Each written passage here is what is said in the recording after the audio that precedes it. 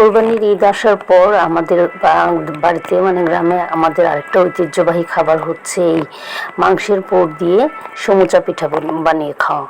তো এবার যেহেতু একটু গরমটা বেশি, আমরা একটু গরুর মাংসটাকে আপাতত স্কিপ করে রেখে এখন চিকেন দিয়ে আমি এটা বানাচ্ছি। তো চিকেন পুরের জন্য আমি ঠিক যতখানি চিকেন তার চেয়ে একটু বেশি পরিমাণে পেঁয়াজ আর কাঁচামরিচ কুচি নিয়ে এর মধ্যে সব ধরনের মশলা দিয়ে, আদা রসুন গরম মশলা সব কিছু দিয়ে পুরটাকে ভালো করে আমি কষিয়ে নিয়েছি।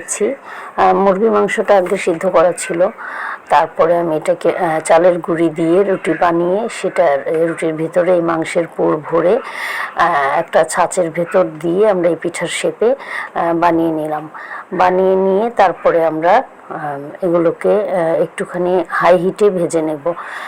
একটু হাই হিটে ভেজে নেব কারণ এখানে সব কিছুই সেদ্ধ করা, ভেতরের পুরটাও সেদ্ধ করা আর আটা, চালের গুঁড়ির আটাটাও সেদ্ধ করা, তাই এখানে সেদ্ধ হওয়ার কিছু নেই, শুধু মুচমুচে হওয়া দরকার। তাই আমরা হাই হিটে এটাকে ভালো করে মুচমুচে করে ভেজে নেব।